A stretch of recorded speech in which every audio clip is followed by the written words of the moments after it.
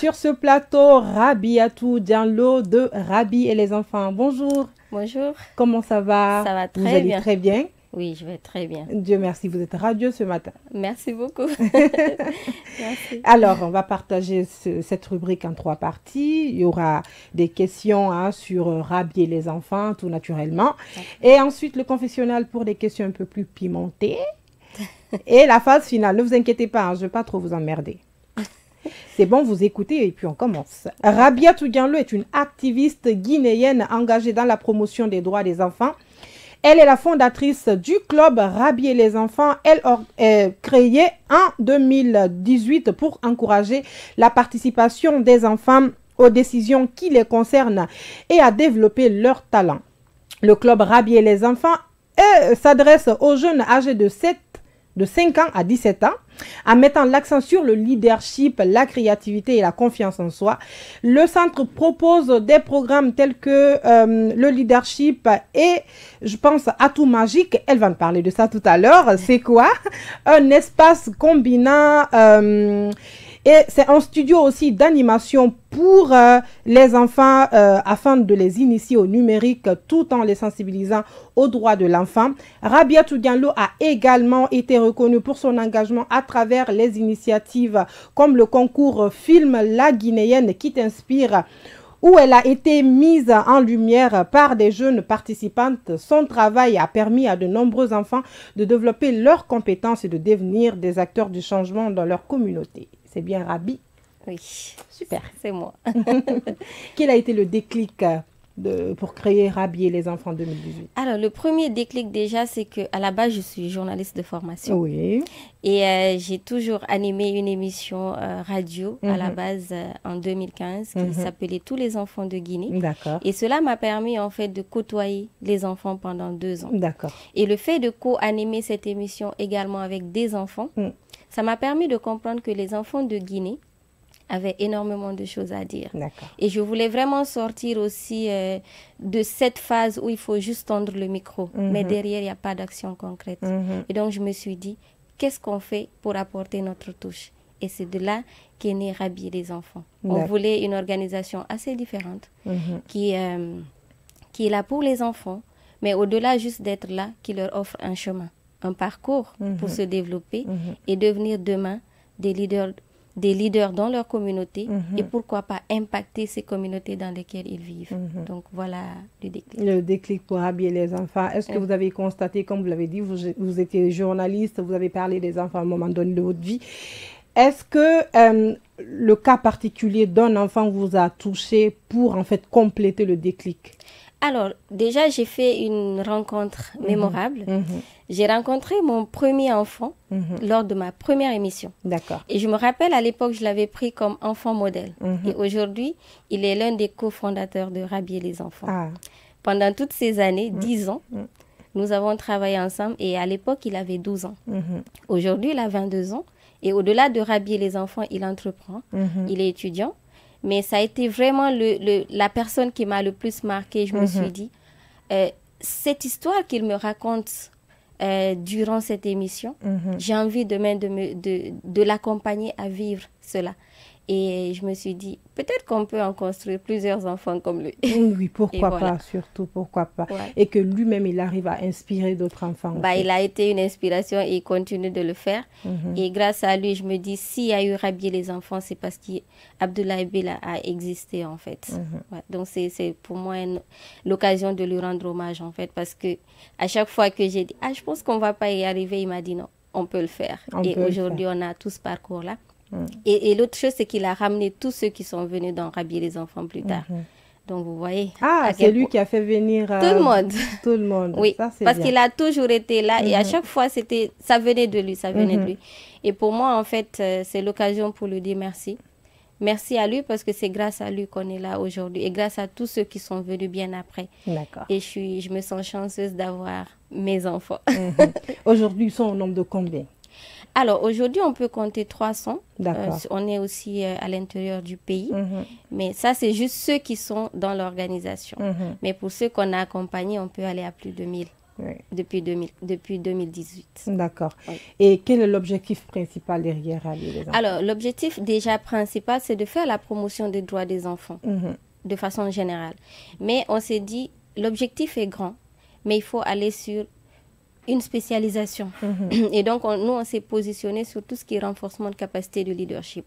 Parce qu'on s'est rendu compte que les enfants de Guinée n'ont pas assez d'outils qui leur permettent de pouvoir facilement se trouver. Et on sait à quel point c'est difficile de se perdre quand on est un enfant, quand on est un adolescent. Et donc, on s'est dit, peut-être qu'on peut apporter quelque chose, on peut les aider à tracer un chemin, à découvrir le potentiel qui sommeille en eux, et pourquoi pas demain qu'ils puissent eux aussi apporter leur contribution dans ce pays. D'accord. Et cet accompagnement commence par quoi? Alors, cet accompagnement, déjà, nous avons travaillé sur la mise en place d'un centre de leadership à Kipé. Aujourd'hui, il accueille plus d'une centaine d'enfants par an. Et donc, les enfants viennent apprendre des compétences de vie. Des compétences de vie en tout ce qui est développement personnel. On travaille la confiance en soi, vous l'avez signalé tout à l'heure. Et on les amène un peu à explorer et à se détecter des talents et à pouvoir valoriser ce talent et ce potentiel qu'ils ont. Et demain, on a envie qu'ils puissent identifier des petites idées de projets qu'ils ont envie de réaliser, que nous, on peut accompagner.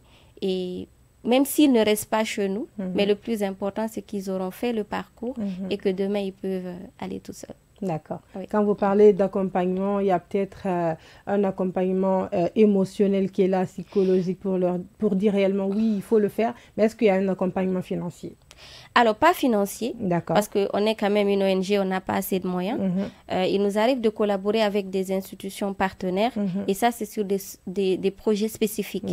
Et donc, actuellement, on n'a pas encore les moyens de pouvoir apporter une touche financière à tous les enfants. Mais souvent, les enfants, ils n'en ont pas encore besoin. Parce que le plus important, c'est de savoir que tout est possible et qu'ils peuvent réaliser des choses.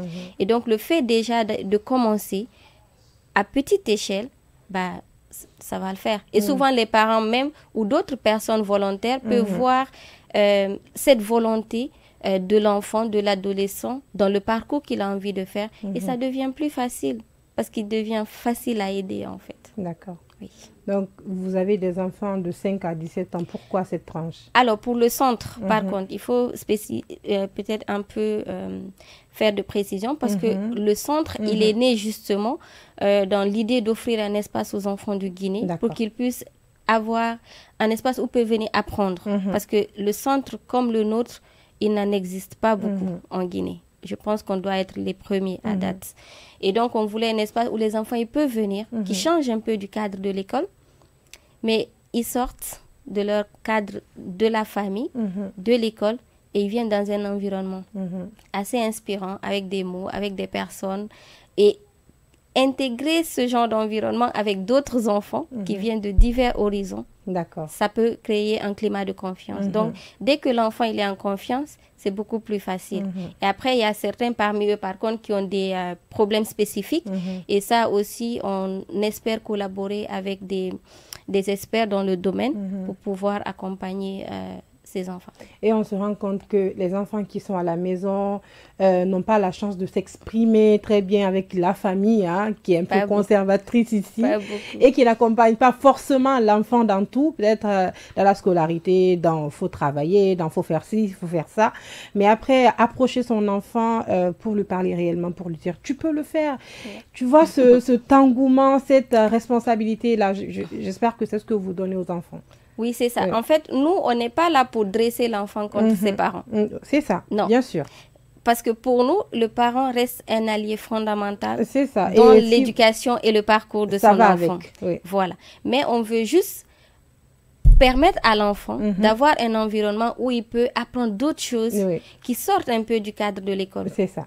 Et ça fait que c'est une manière aussi de le préparer parce que le monde évolue tellement vite aujourd'hui que si on n'est pas prêt, ça devient compliqué. Je pense que nous, on a eu de la chance. On a été à l'université. Aujourd'hui, on a quand même un certain parcours. Mais c'est parce qu'on a eu de la chance d'avoir des gens qui ont cru en nous, qui ont cru en notre potentiel et qui nous ont donné des opportunités. Et donc, c'est ce qu'on essaye d'offrir aux enfants. Ça, c'est super. Et quand vous voyez les enfants à côté de vous, autour de vous, qu'est-ce que vous ressentez? Je me sens chanceuse. je suis fière, je suis contente et je rends grâce à Dieu. Parce que apporter, être là pour quelqu'un, c'est pas toujours donné. C'est ça. C'est pas toujours donné. Et le fait de voir tous ces enfants qui viennent chez nous, ça renforce notre conviction. Ça nous dit que notre travail, même si nous, parfois, on le sous-estime, il change des vies. Et il peut aller très loin. Et c'est pour ça qu'on se dit, il faut le faire. Il faut le faire, il faut y aller. Et eux, ils ont besoin de nous. Et on peut leur apporter quelque chose. Et c'est ce que vous êtes en train de faire. On essaye, en tout cas. Oui. Pourquoi 5 à 17 ans? Alors, 5 à 17 ans, parce qu'à partir de 5 ans, déjà, les enfants commencent à parler. Et ils sont des pipelettes à partir de 5 ans. Bien sûr. Et à partir donc de 5 à 9 ans, nous avons un programme qui s'appelle Bricop. D'accord. Donc, ils font du bricolage, du codage et des activités de prise de parole en public. Donc, c'est ce qui fait. Donc, c'est bricole, code et parle. Pourquoi Bricop? Parce que déjà, tout petit, l'enfant, à travers le bricolage, il peut stimuler sa créativité. C'est ça. Le codage, parce que quand même, les enfants sont confrontés à beaucoup d'écrans aujourd'hui. Ils sont beaucoup sur les dessins animés. C'est important qu'on puisse contrôler un peu ce qu'ils regardent et qu'ils comprennent aussi comment est conçu un dessin animé. Oui. Ça part d'une idée, d'une histoire et d'un code. Donc, si on peut leur apprendre les bases, tu vois, ça donne une certaine dimension. Ah oui, j'ai regardé ça. Ah ouais, je sais comment on fait un dessin animé. Bon, même s'il est un peu différent de celui que je regarde encore, mais c'est quelque chose de bien. Ça stimule. Et les prises de parole, c'est important parce qu'on apprend aux enfants à mieux s'exprimer. Déjà, ils parlent beaucoup. C'est d'aider à structurer un peu, apprendre à écouter les autres parce que c'est pas toujours évident. On se croit toujours être le meilleur. Le meilleur. Et donc, on essaye aussi de contrôler cela et d'échanger avec les enfants pour leur permettre de dire j'ai un travail, j'ai réalisé telle activité ou je veux parler de tel sujet. Il faut que j'ai le courage de pouvoir le partager. Et donc, ça, c'est notre programme pour les 5-9 ans. Après, nous avons un deuxième programme qui s'appelle « Envole-toi vers ton potentiel ». D'accord. C'est notre programme phare de développement personnel pour les adolescents. D'accord. Alors, pour mieux mettre en œuvre... Donc, de 10 à 17 ans. Hein? Oui. D'accord. Pour mieux mettre en œuvre ce projet, nous avons développé des outils dans lesquels vous retrouvez 10 missions. 10 missions, on travaille sur la découverte de soi, on travaille sur l'esprit critique, on travaille sur le leadership, les prises de parole, la confiance en soi. Et c'est tout un parcours jusqu'à la réalisation du premier projet. Ça, c'est bien. Oui. Et donc, le troisième qu'on a aussi réalisé récemment, c'est les 10 mépreneurs. Nos étoiles. Pour nous, en fait, c'est important d'initier les adolescents de 15 à 18 ans à l'entrepreneuriat. On a envie qu'ils puissent développer des projets. Peut-être même s'ils ne gagnent pas de l'argent dedans, mais qu'ils comprennent qu'ils aient cet esprit d'entreprendre. Vous m'avez dit tout à l'heure que vous avez plusieurs entreprises. J'étais quand même impressionnée. Et pourquoi pas faire de nos enfants des futurs entrepreneurs. Et donc, il y a tout un parcours. Donc, l'enfant, au sortir de ses 18 ans, il a tout ce qu'il faut, en tout cas, pour commencer. Après le reste du parcours, ça va s'éclairer. Oui, ça va venir. Par l'accompagnement des mentors, par plus faire de recherche parce qu'il y aura la maturité, le chemin sera tracé. Donc, voilà ce que le centre Rabier les enfants offre. Et donc, aujourd'hui, ce sont les parents qui nous amènent les enfants. Donc, on travaille pendant les congés, les vacances et les week-ends, donc chaque samedi. Et donc, on travaille sur ces questions-là. Et donc, les parents les amènent et les écoles aussi viennent en immersion chez nous. D'accord. Oui. Hier, par exemple, on avait le lycée français qui était chez nous. Donc, il y a des classes souvent qui passent chez nous pour pouvoir travailler. Et parfois, nous partons vers les écoles pour faire nos activités. Donc, et des fois, les écoles proposent des programmes adaptés pour les enfants ou c'est vous qui... C'est nous qui proposons. Ça, donc, l'idée, c'est de pouvoir collaborer avec les écoles pour pouvoir leur apporter cette valeur ajoutée que nous avons aujourd'hui. Donc, il y a des perspectives avec certaines écoles et donc, on espère pouvoir le réaliser, en tout cas, les prochaines années. Ok, moi qui ne connais pas Rabi, le club, le centre, dès que je rentre, je vois quoi devant moi il faut venir chez nous. Ça, c'est une surprise. Mais ce que je peux rassurer, c'est qu'on a un endroit très, très convivial. D'accord. Très convivial, il faut venir. Dès que tu rentres, je suis sûre que si tu es un enfant, tu auras envie de rester. Ça, je te le promets. D'accord. Alors, j'avais suivi une jeunes filles qui viennent de rhabiller les enfants. Je ne vais pas trop m'aventurer parce que je ne me suis pas trop focalisée dans le sujet. Qui prenait la parole, je ne me rappelle plus de son nom, qui est la présidente des enfants, je pense. Et comment ça s'est passé avec elle? Alors, il faut récapituler comment elle a fait, qui elle était, comment elle a commencé. Alors, Mariama Diallo, c'est l'actuelle présidente du Parlement des enfants. D'accord. Et elle est arrivée chez Rhabiller les enfants il y a 4 ans. Elle avait, je pense, elle devait avoir peut-être 11-12 ans. Aujourd'hui, elle a 15 ans. Et Rhabiller les enfants l'a encadrée et l'a présentée pour le concours du Parlement des enfants. D'accord. Et nous avons gagné, machallah. Et aujourd'hui, Mariama est une étoile montante. C'est une inspiration pour les enfants et les adolescents de Guinée.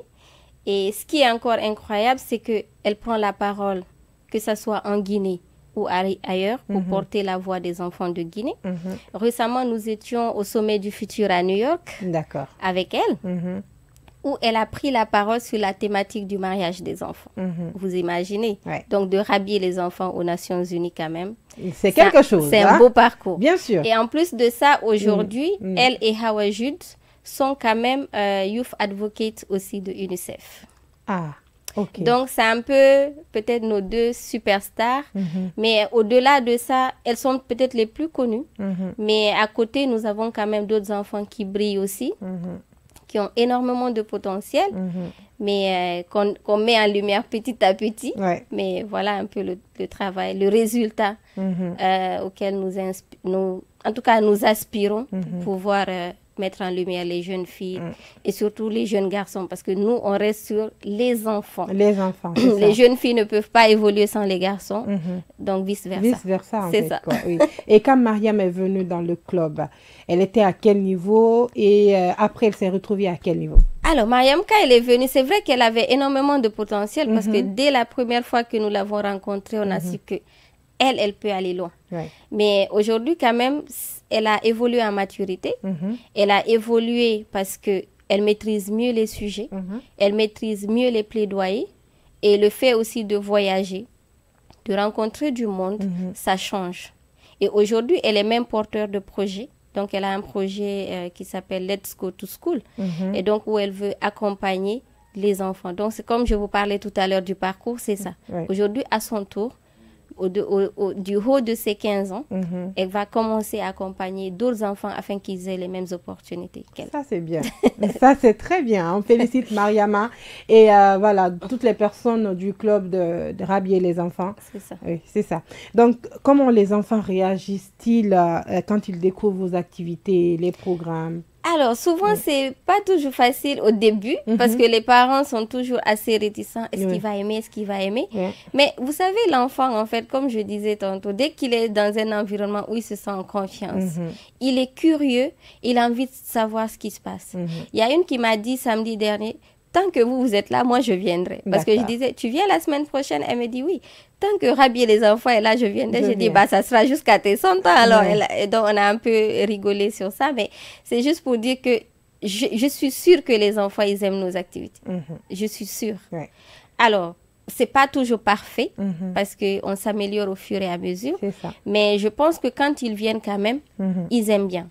Mais peut-être la prochaine fois, il faut leur poser la question. Je vous invite à venir au centre. Ça vous permettra de les rencontrer et de mieux comprendre un peu ce qu'ils ressentent. Parce qu'ils sont parce qu'ils sont mieux placés pour en parler. C'est ça, surtout. Oui. Donc, maintenant, activité et pédagogie. Est-ce que vous pouvez nous parler du centre de leadership, l'espace Atout Magique? Ah, c'est le seul qui vous a inspiré, on dirait. Alors, Atout Magique, c'est notre Fab Lab. OK. Et donc, lui, il a pour vocation de prototyper les projets de nos enfants. Parce que comme je vous ai dit tout à l'heure, on a envie de pouvoir amener les enfants au cœur du numérique. Au-delà de juste faire de l'animation à travers le codage, on a toujours rêvé de pouvoir demain dire à un enfant, OK, j'ai rêvé de faire une voiture, j'ai pu la réaliser. Voici mon prototype. Voici mon prototype. C'est ça. Et donc, l'idée du Fab Lab, c'est quand même venu d'une histoire incroyable. Je ne sais pas si je peux en parler, mais bien sûr, on est à l'écoute, non, on veut tout entendre. Non, en fait, je ne vais peut-être pas dire le nom, mais on devait collaborer avec une ONG de la place. Et ça ne s'est pas très bien passé. Et eux, ils avaient un programme comme ça. Et nous, on devait amener les enfants. Ça ne s'est pas bien passé. Je ne rentrerai pas dans les détails. Mais après, ça a tiqué un peu. Je me suis dit, pourquoi ne pas avoir ça n'a pas marché, pourquoi pas moi? Pourquoi pas? Non, après, j'ai dit, on a notre centre. Peut-être qu'on a les enfants. On a les idées des enfants. Pourquoi on ne peut pas avoir notre Fab Lab à nous? Et c'est de là qu'est née l'idée d'avoir Atout Magique. Et par le plus grand des hasards, quelqu'un qui est aux États-Unis, qui s'appelle Ali, il nous a offert des ordinateurs. Entre-temps, il nous contacte. Ok, moi j'ai des ordinateurs à offrir et j'ai pensé à vous. Parce que Dieu, il fait rien pour rien. Non, du tout. Et donc les ordinateurs arrivent et un beau jour, on va voir le PNUD qui décide aussi d'offrir du matériel 3D. Donc on a à date tout le matériel pour le Fab Lab. Donc, on n'a pas encore, par contre, commencé à utiliser. Il n'est pas encore totalement opérationnel, mais il existe. Mais il existe. Oui, et il va commencer très prochainement à travailler. D'accord. Oui. On espère voir ça aussi, comment ça va se passer avec les enfants. Ils sont quand même très créatifs. Très créatifs. Oui. Par exemple, on a eu une expérience incroyable. On a eu un de nos enfants dans le bricolage. On a vu qu'il savait faire des chaussures en carton. Ah! Je t'assure, grâce à un de nos programmes avec l'UNICEF, le programme Yigi, on l'a intégré dans une cordonnerie moderne. Aujourd'hui, il sait faire des vraies chaussures. Et il doit avoir 13-14 ans maintenant. De vraies chaussures à 13-14 ans? Oui. Mais avant, il était dans le bricolage. Il bricolait avec du papier et des cartons. Et il te fait des sandales, en fait. Et aujourd'hui, il fait des vraies chaussures. C'est incroyable, hein? C'est impressionnant. C'est incroyable, oui. c'est sûr. Et il a commencé à vendre les chaussures là? Non, pas encore, parce qu'il était en train d'apprendre. Mais oui, ça va commencer. Ça va commencer. Et on sera fiers de dire que oui, l'enfant là vient de Rabier des enfants quand même, hein? Oui. C'est toujours une fierté. On est toujours fiers de valoriser les talents de nos enfants. Oui. Même au-delà de ça, pour nous, le plus important, c'est de valoriser tous les enfants de Guinée. Mais ceux qui passent chez nous, par contre, c'est vrai, ils ont un certain parcours et on essaie aussi de les mettre en avant parce que c'est ça aussi qui peut aider et surtout amener aussi d'autres partenaires pour pouvoir mieux accompagner encore. Parce qu'on n'a pas peut-être le monopole de la vérité, mais on essaie d'apporter notre petite touche pour que demain, on puisse ensemble aller plus loin. C'est quand même très inspirant. Ouais. On essaie. Ouais. et à date, qu'est-ce que vous avez fait pour les enfants, vos plus grands projets, quoi, jusqu'à maintenant? Alors, nos plus grands projets. Oui. Alors, nous avons réalisé un concours débat. D'accord. The Great Debaters, on a fait ça l'année dernière en partenariat avec l'ambassade des États-Unis. D'accord. On a fait Zérékoré, Kankan, Mamou, Conakry. Les 4 régions ont participé au concours avec 100 adolescents. Et l'objectif, c'était d'amener les adolescents à identifier des solutions dans les secteurs de l'éducation, la santé sexuelle et l'environnement dans leurs écoles respectives. D'accord. Et après, on se retrouve sur un concours débat où chacun présente ses solutions et les meilleures solutions sont retenues. Et donc, on a fait le tour. À ce moment-là, on est arrivé à Conakry et c'est la région de Mamou qui avait gagné. Et ça, c'est l'un de nos plus beaux projets, je vous assure. Et après, nous avons réalisé les 10 Mépreneurs. D'accord.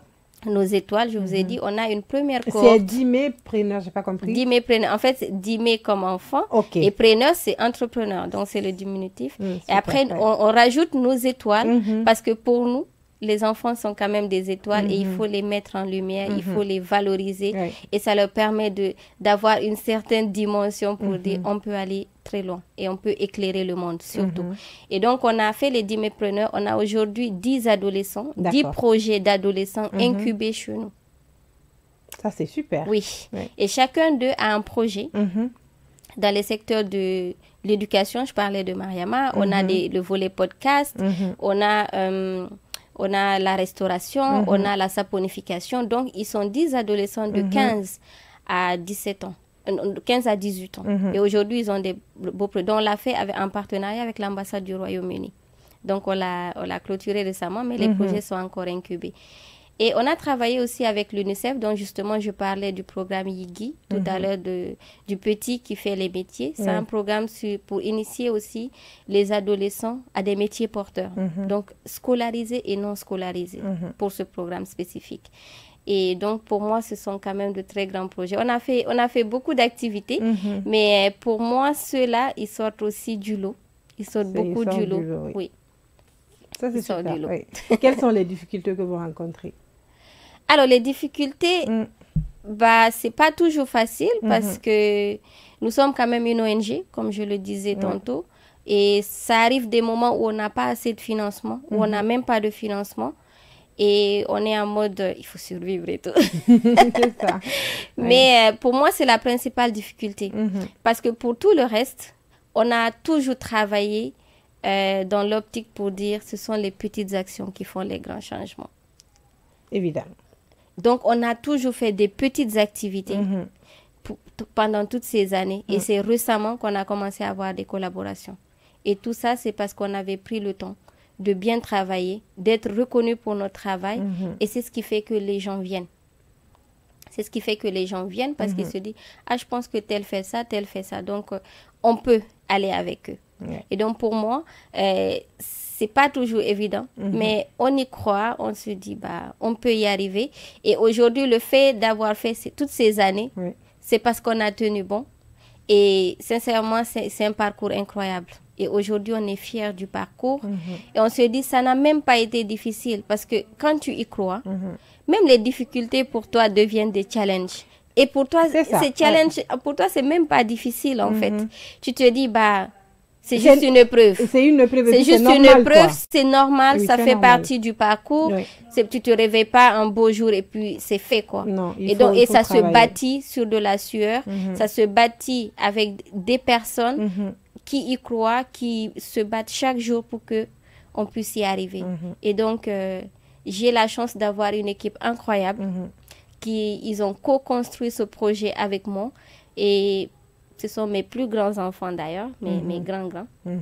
Et donc, ça fait plaisir de pouvoir dire, quand même, on a fait un beau parcours et il n'y a que le meilleur qui arrive, en fait. Est-ce qu'un jour, vous vous êtes assise, vous avez voulu abandonner parce que tout avait chauffé? Oui, c'est vrai. Il y a quelques mois. Quelques mois, c'est récent donc. mais en fait, c'était juste je pense que c'était quand même beaucoup d'épreuves en même temps. Et après, j'ai dit, je pense que je vais faire une petite pause. Mais vous savez, souvent, même quand c'est difficile, il faut juste fermer les yeux et faire un retour en arrière. Et tu te dis, mais quand même, j'ai travaillé, j'ai traversé plus dur que ça. C'est pas aujourd'hui que je dois relâcher. Et j'ai rencontré une dame à ce moment-là qui est venue me dire, mais Rabi, tu as un projet inspirant. Quand j'ai dit, je pense que je vais faire une pause, elle me dit, non, mais tu n'oses pas, en fait. Elle me dit, tu n'oses pas le faire. Tout ce que tu as là, tout ce que tu as construit, pourquoi? Si tu savais à quel point ton projet, il avait du potentiel, tu n'aurais même pas imaginé une fois. Mais c'est juste pour dire que c'est des choses qui arrivent par moments, mais on ne lâche rien. Inch'Allah. On ne lâche rien. Il y a un monsieur qui disait la dernière fois que tout le monde a des problèmes. Si tes problèmes te submergent, couche-toi, tu dors. Quand tu te réveilles, tu vas trouver une solution. En tout cas, les problèmes seront toujours là. Donc il faut... Toujours là, c'est ça. Oui. Donc, comment vous gérez avec les partenaires? À date, vous avez plusieurs partenaires quand même. Comment vous faites avec eux? Alors, on a plusieurs partenaires avec lesquels nous avons collaboré, notamment l'UNICEF, Plan. On a eu des subventions aussi de l'ambassade des États-Unis, du Royaume-Uni. Nous avons travaillé avec aussi une ONG qui est au Sénégal, qui s'appelle Social Change Factory, qui nous accompagne souvent dans nos activités. Et au-delà de ça aussi, on a des ONG partenaires avec lesquels on travaille en Guinée, parce que ce qui est plus important, c'est juste pour dire que seul, on est plus fort peut-être, mais on va plus ensemble, on va plus vite. Voilà, seul on va plus vite, plus vite, mais ensemble on va plus loin. Ça. Et on est vraiment assez open de pouvoir collaborer avec les ONG qui travaillent dans le domaine de l'enfance, de la jeune fille et tout ça, parce que il y a des dimensions qu'on ne touche pas, sur lesquelles eux ils peuvent intervenir, et ça fait qu'on se complète dans le travail. Et donc pour les partenaires, ça se passe quand même très bien. Et l'Institut français aussi, j'ai oublié, on travaille beaucoup avec eux. D'ailleurs, ils sont partenaires du livre dont on va parler tout à l'heure. Oui. Et donc, c'est juste pour dire que le parcours se fait petit à petit. C'est petit à petit. Petit à petit, on a de la chance de pouvoir avoir des partenaires qui nous font confiance, avec lesquels on collabore et avec lesquels on essaie vraiment de contribuer à la promotion et à la protection des droits des enfants en Guinée. C'est ça, comme on dit, petit à petit, l'oiseau fait son nid. C'est sûr. C'est ça. Pas à pas. On n'est pas pressé. On n'est pas pressé, on va mollo à notre rythme. Hein. C'est ça. Oui. Alors, quelle est selon vous la place réelle de l'enfant dans la société africaine, notamment en Guinée? Alors, l'enfant, il a une place fondamentale parce qu'aujourd'hui, tout le monde rêve d'avoir un enfant. Ceux qui en ont se préoccupent de comment l'enfant il va grandir, qu'est-ce qu'il va devenir. Et donc, il est au centre de tout. Et c'est pour ça qu'à un moment donné, les parents doivent mieux prendre conscience du rôle qu'ils attribuent à l'enfant et comment ils facilitent un peu son éducation. Parce que ce n'est pas le fait de mettre un enfant au monde qui est important, mais qu'est-ce qu'il devient? Comment on contribue à son éducation pour faire de lui quand même un bon citoyen demain. Sinon, on aura échoué en tant que parent. Et c'est ça. Et aujourd'hui, beaucoup d'institutions travaillent avec l'enfant parce qu'il est quand même l'avenir. Quel que soit ce qu'on fait aujourd'hui, c'est l'enfant qui va pérenniser tout ça. Demain, nous serons partis. On ne parle pas de futur sans enfant. C'est ça. Quand même. Donc, demain, on sera partis. Mais c'est eux qui vont continuer. Eux aussi vont avoir des enfants. Donc, c'est ce qui fait... C'est ce qui permet au monde d'évoluer. Et donc, c'est très important. Mais bon, nous sommes dans une société quand même assez conservatrice qui n'est pas encore très ouverte à permettre aux enfants de facilement être libres, de facilement jouir de tous leurs droits et de facilement s'imposer dans la société. Parce que même à la maison, souvent, quand l'enfant commence à parler, on dit « toi, tu parles trop, sors ». Et donc, c'est comme ça qu'on tue énormément de talents parce que si ton enfant n'arrive pas à te raconter des choses banales, bah, c'est pas quelque chose de sérieux demain, il va te dire. Donc, il faut commencer à l'écouter, même quand il te raconte du n'importe quoi. Parce que sinon, demain, tu n'auras pas créé ce climat de confiance qui fera qu'il viendra te parler de ses problèmes à l'école. Toujours réticent. C'est ça, de ses problèmes à l'école ou d'un ami qui l'a frappé ou non parce que quelqu'un l'a harcelé. Donc, tu vois, donc c'est des petites choses souvent, mais qui grandissent et qui deviennent des grands problèmes. Et donc, je pense que l'enfant, quand même, on doit mieux revoir un peu tous les parents. Je me dis, même avant de faire un enfant, pourquoi on a fait un enfant, c'est important d'y penser. Parce que si on ne participe pas à son éducation, on aura échoué.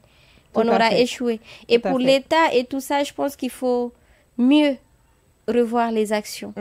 Qu'on sorte un peu de tout ce qui est parole, en fait. Qu'on parte dans les actions. Dans le concret. Qu'on collabore. Parce que chacun a une compétence aujourd'hui. Il y a énormément de potentiel en Guinée. C'est ça. Chacun travaille dans un domaine spécifique. Le fait de mettre tous ces gens-là sur la table, bah, ça change la donne parce que chacun peut apporter. Et l'État peut soutenir institutionnellement. Et les partenaires au développement également bah, pourront accompagner facilement. Ça, c'est bien. Voilà. Et comment vous parlez des droits de leurs droits aux enfants? Bah, souvent, les enfants, ils savent qu'ils ont des droits. Parce qu'on leur raconte ça tellement à l'école, en fait. Ah ouais, j'ai droit à l'éducation, j'ai droit à l'éducation. Ils ont... en tout cas, une certaine idée.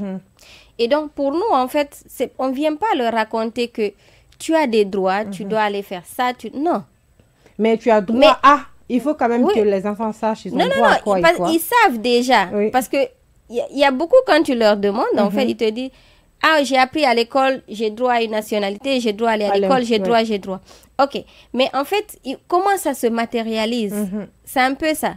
Nous, en fait, notre approche, c'est qu'on ne vient pas monter l'enfant contre ses parents, comme je disais. Ah non, tu dois aller dire ça à tes parents. Non. Mais comment tu veux échanger avec tes parents? Voilà l'approche que tu dois adopter. Tu veux faire quelque chose? Voilà l'approche que tu dois adopter pour facilement créer un espace de discussion avec tes parents. OK. Ils t'amènent à l'école, c'est déjà un droit. OK. Au-delà de ça, toi, qu'est-ce que tu as aussi comme devoir en retour? D'accord? Maintenant, ce qui est plus difficile, c'est quand même dans les communautés les plus reculées. Parce que là-bas, c'est très difficile. L'école n'est pas une priorité. Alors, il y a beaucoup de thématiques sur les mariages d'enfants, il y a l'excision, il y a énormément de problèmes et sur lesquels interviennent le club des jeunes filles, par exemple.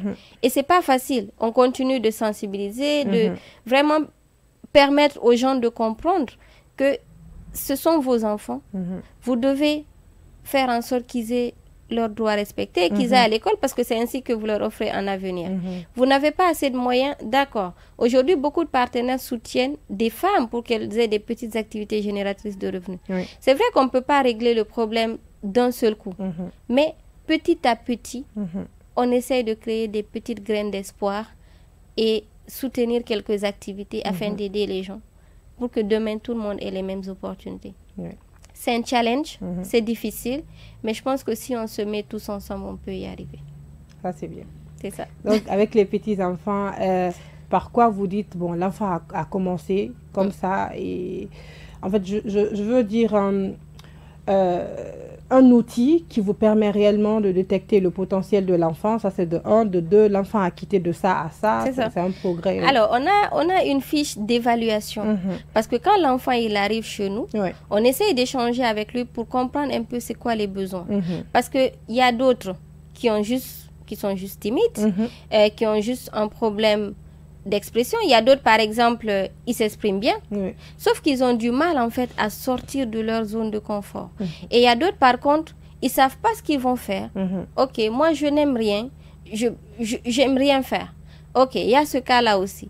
Donc, en fait, c'est en fonction des discussions, tu as une première idée du profil qui rentre dans le centre. Et maintenant, peu à peu, dans les activités, on observe un peu qu'est-ce qui l'intéresse vraiment? Sur quel sujet il a envie de parler?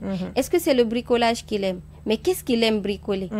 Est-ce que c'est le codage qu'il aime? Mais qu'est-ce qu'il aime faire? Et donc, on essaye vraiment de voir un peu.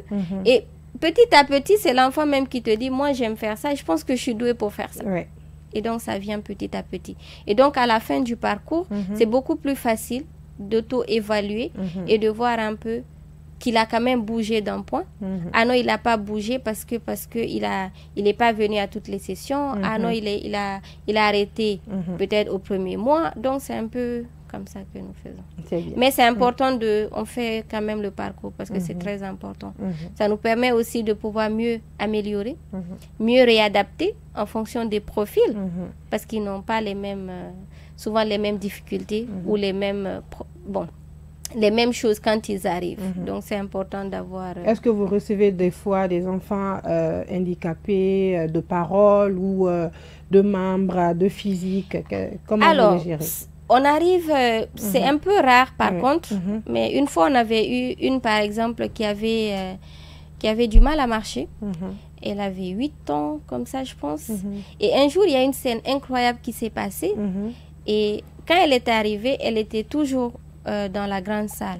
Et donc, sa sœur, elle venait avec sa sœur qui était toujours à l'affût pour l'aider. Et après, j'ai dit à sa sœur, il faut la laisser. Laisse-la, en fait, parce que si tu es toujours là pour la surprotéger... Et elle va penser que tu es... Enfin, tu as un support. Et, voilà. Et même son handicap devient un poids pour elle. J'ai dit, quand elle est dans le centre, il faut la laisser. Là où elle veut rester, elle va rester.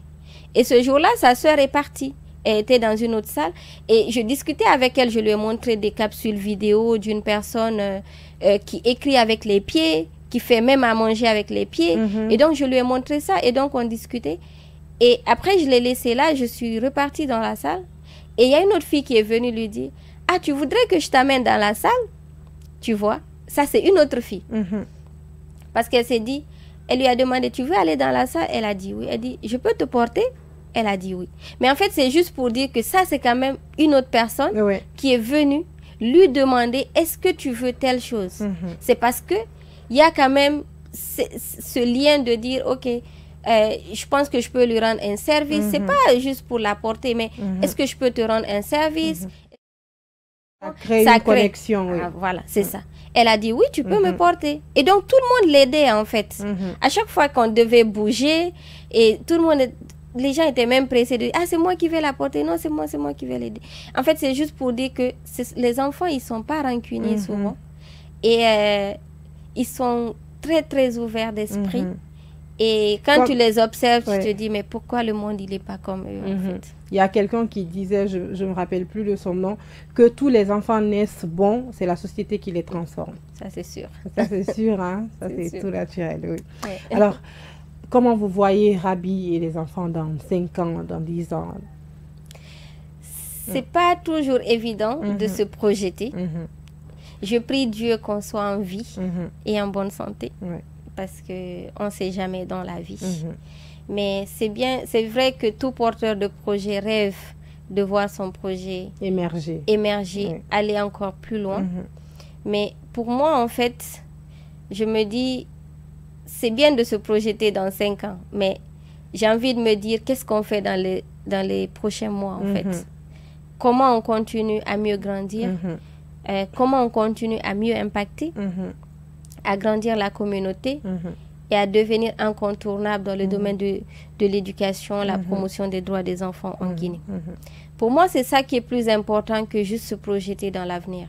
Parce que de toute façon, si on fait une succession d'événements et de bon travail, bah sûrement ça va nous mener très loin. Et donc, je préfère me dire, j'ai envie demain, qu'on commence demain à impacter, mais pas dans 5 ans, c'est encore loin. Je ne sais pas ce que Dieu nous réserve dans 5 ans.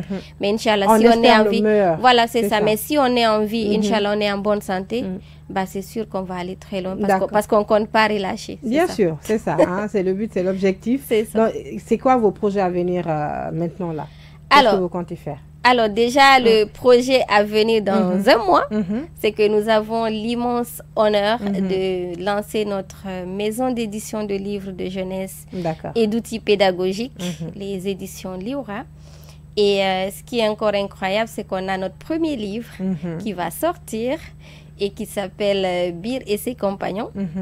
Et donc, il sera édité au mois de juin, à l'occasion du mois de l'enfant, parce que c'est un livre de développement personnel pour les enfants. La tranche d'âge, c'est de 8 à 17 ans, ils peuvent lire. Et ça raconte un peu le parcours, du manque de confiance à la réalisation de son rêve. Et donc, c'est tout un parcours de 120 pages où vous voyez le parcours d'une petite fille qui va intégrer un univers dans lequel elle va apprendre des compétences de vie. Elle va rencontrer des compagnons sous le leadership d'une étoile gardienne, donc qui s'appelle Bir et qui veille et qui a pour mission de faire en sorte que chaque enfant devienne un acteur de changement et que chaque enfant devienne une lumière et que chaque enfant vit pleinement son potentiel. Et donc, oui. Et vous êtes inspirée de quelqu'un en particulier? Alors, je me suis inspirée de Rabi et les enfants parce que on a quand même des parcours assez peut-être différents. Mais c'est un peu mon rêve de Rabi et les enfants. Vous m'avez demandé ce que je veux faire dans 5 ans. Bah, il faut lire le livre, vous aurez peut-être la réponse que moi, je n'ai pas encore. Mais c'est juste pour dire, en fait, chaque jour, je rencontre des enfants qui ont énormément de potentiel. Quand je les écoute, je les vois, je suis tellement impressionnée que je me dis, c'est des potentiels qu'il faut accompagner. Et pour moi, c'était important parce que les enfants, ils sont beaucoup dans l'imagination. Et de pouvoir retracer un peu ce parcours qu'on rêve d'offrir aux enfants de Guinée. Et les compétences qu'on veut valoriser. Et surtout pour montrer que seul, on ne peut pas y arriver. Et donc, il y a toujours des gens autour qui nous accompagnent, qui veillent et qui font de nous des meilleures personnes. Et donc, voilà un peu l'idée qui a inspiré la naissance de Bir et ses compagnons.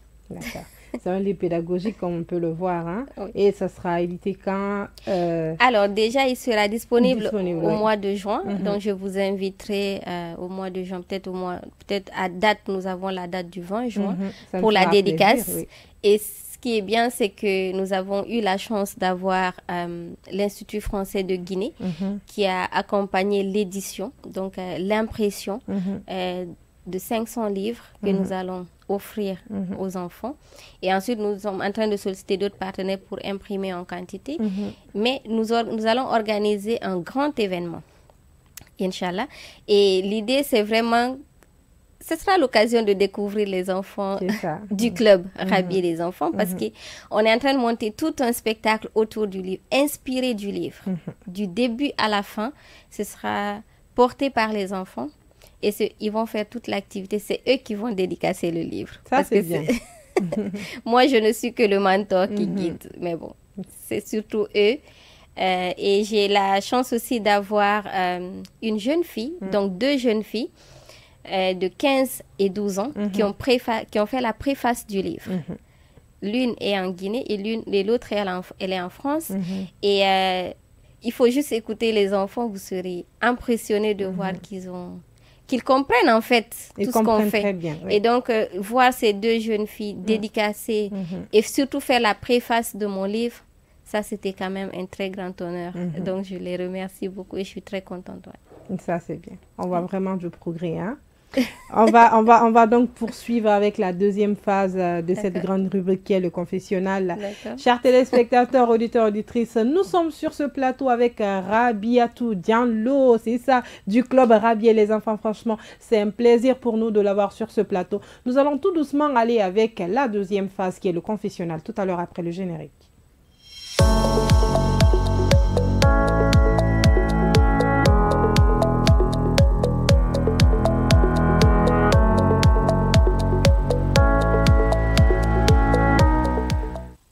Nous sommes dans le confessionnal pour des questions un peu plus particulières. C'est pas grave, on va pas vous poser de temps des questions. Hein, c'est pas des questions piquantes aussi. Okay.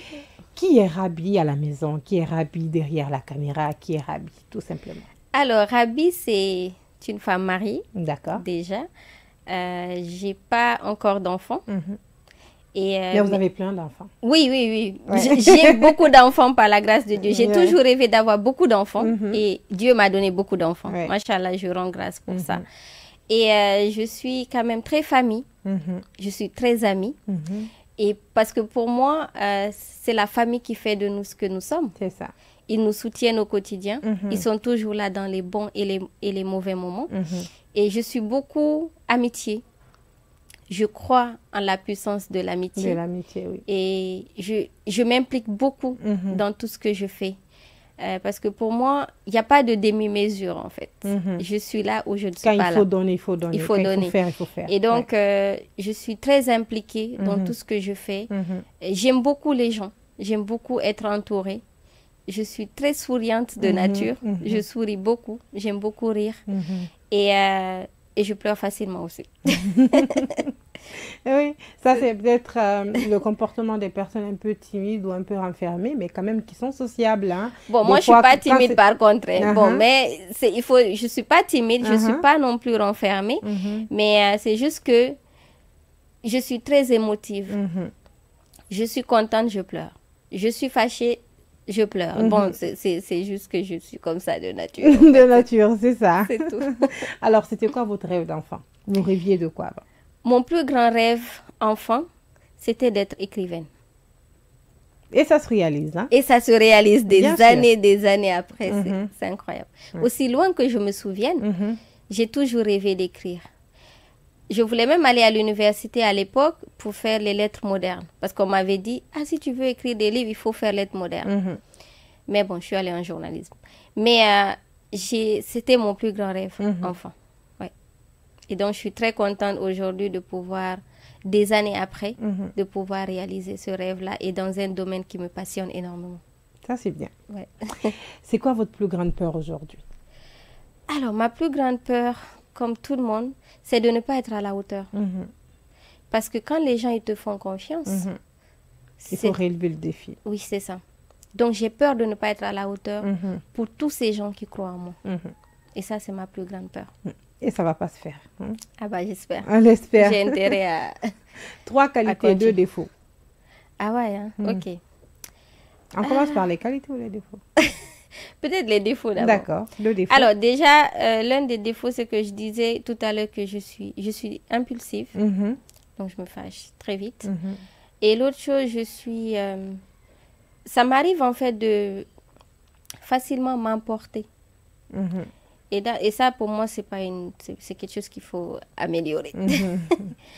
Alors, pour ce qui est de mes qualités, je pense que je suis quand même quelqu'un de très forte mentalement.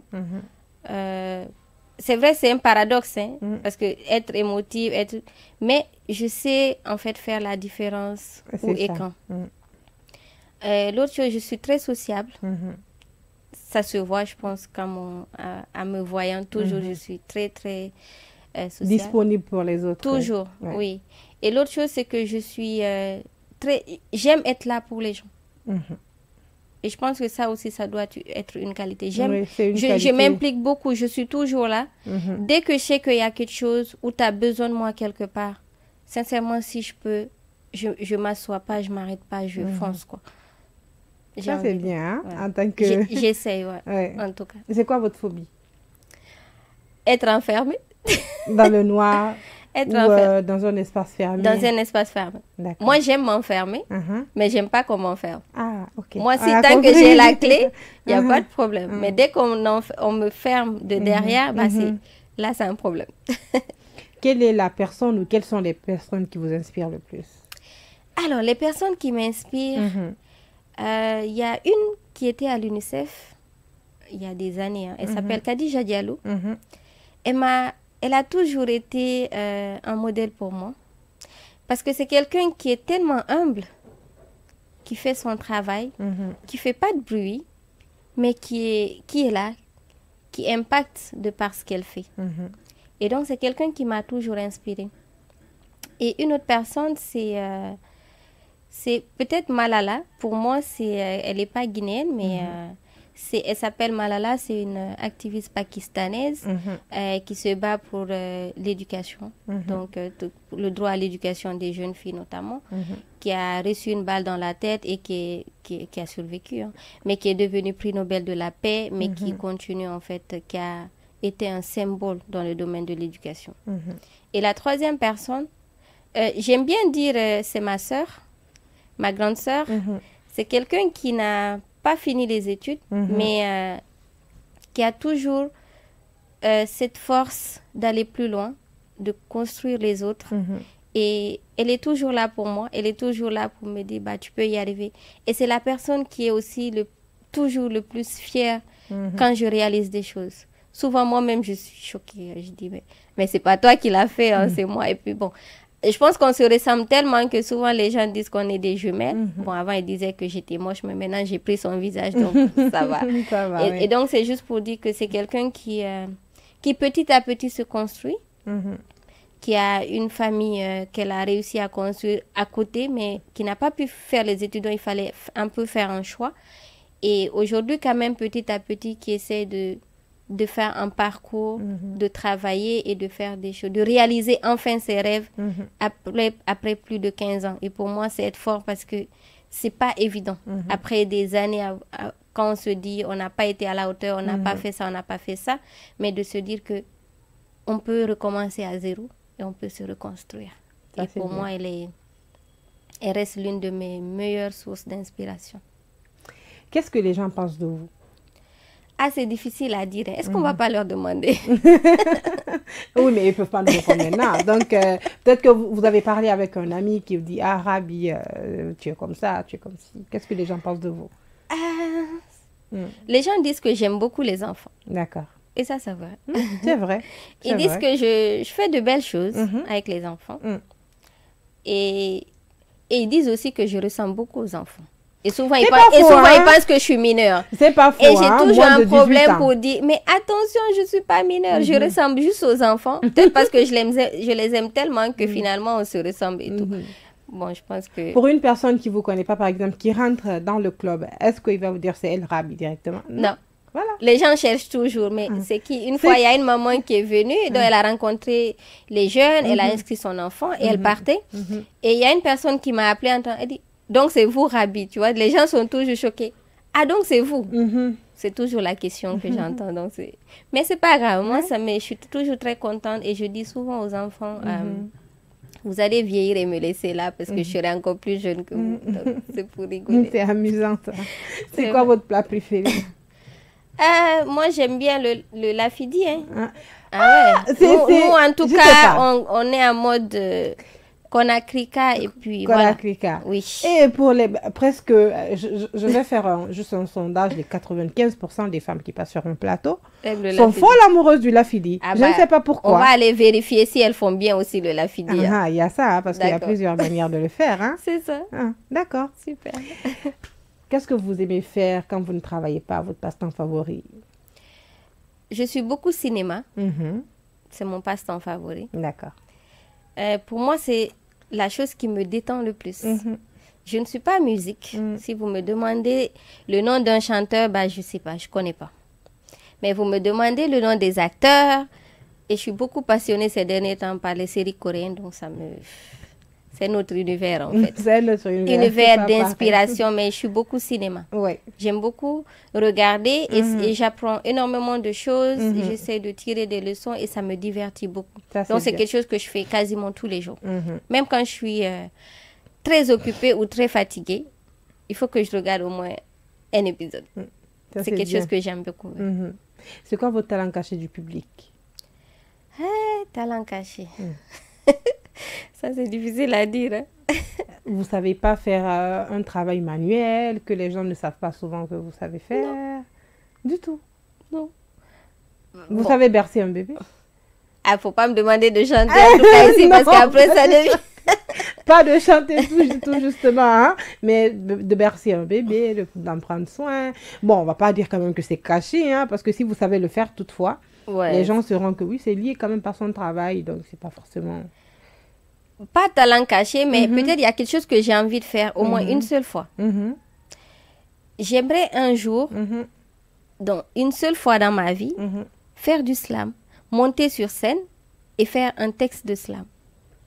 Je sais pas. Bizarrement, c'est quelque chose que j'ai envie de faire. J'ai une idée derrière la tête. Ah non, pas de me dire de déclamer en tout cas un texte. Non. Ça, j'ai pas de texte en tête. Mais on peut prendre un texte dans le livre. Hein. C'est toi qui l'écris quand même. De le lire? Oui, juste une petite partie et puis de slammer là-dessus. Mais pas slammer, mais lire peut-être. On va commencer ça ici, même sur le plateau. Ça sera mémorable. On va dire, j'ai commencé sur le plateau de Kadi FM. Non. Bien sûr. Pas slammer, mais lire un extrait, oui.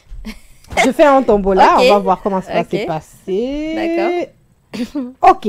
Ça, c'est risqué jusqu'à en même temps, en essayant de slammer, bien sûr.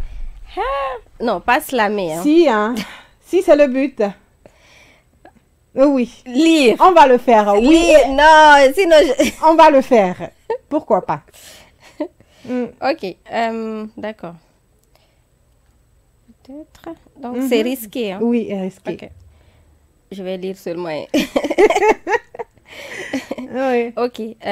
C'est risqué, mais si nous combinions nos forces, peut-être pourrons-nous créer une barrière temporaire autour du village et restaurer la magie du jardin en même temps. C'est ça? C'est jusqu'ici? Oui, juste. C'est assez court quand même, on pouvait slammer là-dessus. Hein.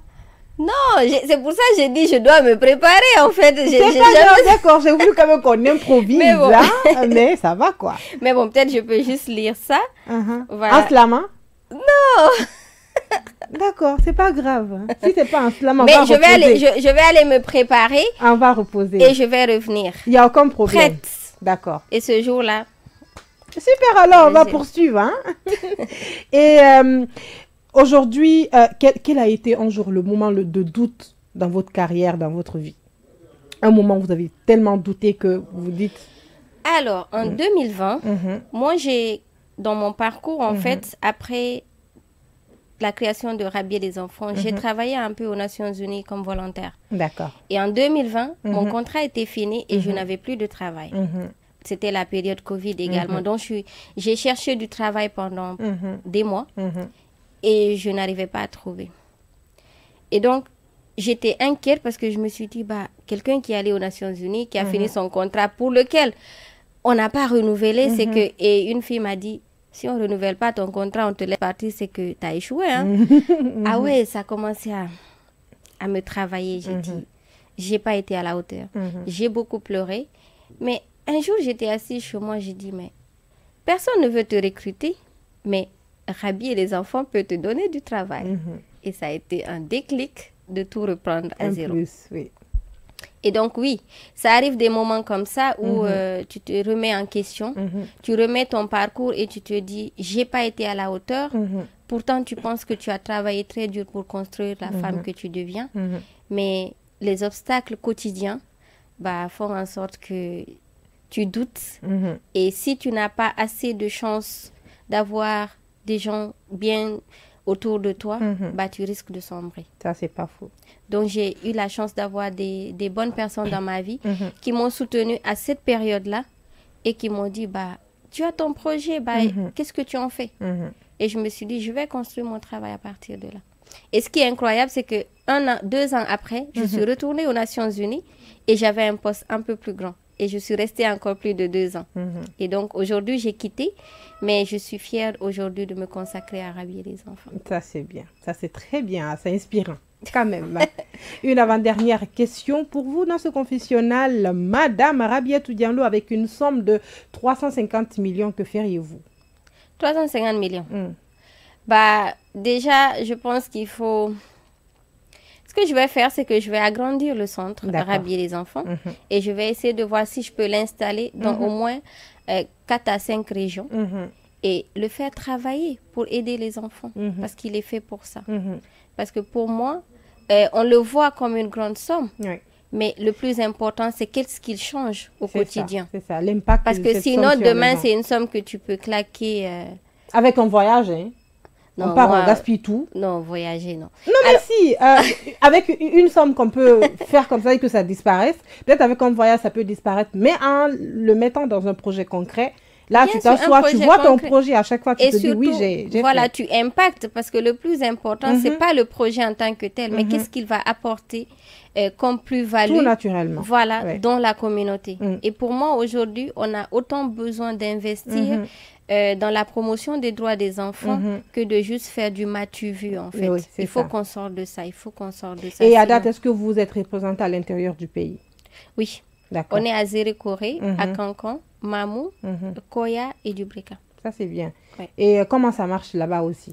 Alors, normalement, nous avons des antennes donc, qui sont représentées par des jeunes qu'on a accompagnés dans nos activités et qui sont devenus, nos représentants sur le terrain. D'accord, voilà. Ça marche.